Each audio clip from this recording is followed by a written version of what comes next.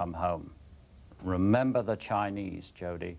We were guilty already of doing the same thing. Variously imaginative, fanciful, fictional, hopeful, sometimes horrifying and sometimes wishful but unlikely images compete to give us a picture of what space development can or will look like. What is your vision of space?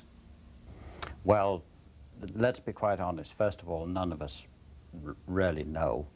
And one of the things when I was fortunate enough to be appointed to the commission, the National Commission on Space, by President Reagan, on the very first meeting of the commission, we sat around and we said, now, if we placed ourselves back in 1935 and said, what is the society going to look like in 1985?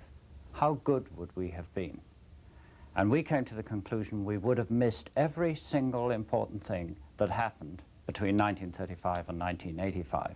And yet here we were sitting down to try and plot out an agenda for the United States in space for the next 50 years, looking out to 2025. We recommended in the commission that the way to go was to try and develop the next vehicle as an aerospace plane. And it would be a vehicle that takes off from a runway just like any other airplane, flies in the atmosphere like an airplane, and flies right out into space. Now that's a neat trick if you can do it. Who served on the commission with you? Oh, we had a lot of very interesting people on the commission. Amongst them in particular was Neil Armstrong, who was the first man on the moon, Chuck Yeager that sells batteries, and generally people like this. But in particular there was Gerard K. O'Neill, and he is the person that I learned most from in the very beginning about what lies out there ready for us to go and develop in the way of extraterrestrial resources.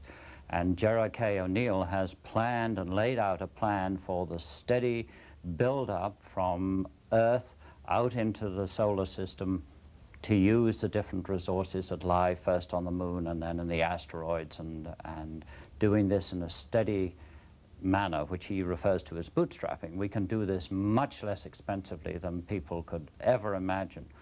And that, it was a real pleasure being on the commission with all of these people, though, because we had a lot that we had to learn ourselves and learn to interact, and it was a very dynamic process. These were very bright, clever, vocal people, and we had some extremely good discussions on the commission. And I think that what is interesting, we in the commission wrote the final report.